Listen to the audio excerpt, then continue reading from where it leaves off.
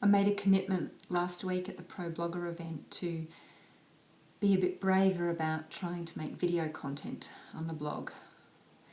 And I decided that this topic was a good one to begin with because it's quite emotional for me, and I think that if I wrote it down in words, I would be very good and very clever at perhaps disguising my emotions.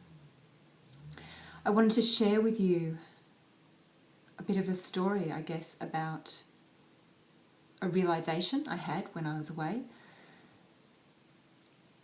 that I found quite confronting.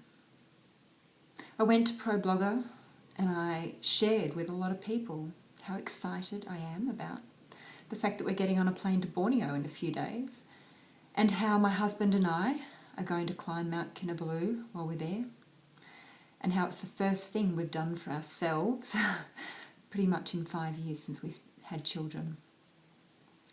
Our wedding vows said that we would paddle the oceans, climb the mountains, and travel the world with each other for the rest of our lives. We haven't done a lot of mountain climbing in the last 5 years, so it's a big deal for us that we're going to do this.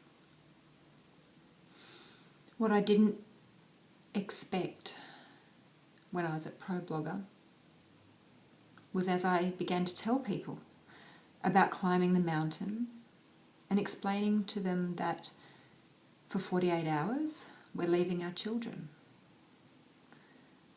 We're leaving them with a wonderful, amazing woman, Sharon from Mayday Mummy, who I trust enormously. However, I found myself tearing up when I told people that I'm leaving my children to climb a mountain. And I realised that it's really hard. It's really hard to leave 3 very little people in a different country, in a strange environment, where they can't ring me to say goodnight. I can't check in and know that they're okay. It's much harder than I ever realised it was going to be. And so, on one hand, I feel no guilt at all about the fact that we're climbing this mountain. It will be amazing in so many ways. But I also have to be really honest with myself, with the people I'm travelling with, and with you. That the idea of climbing a mountain, being out of contact, being away from my children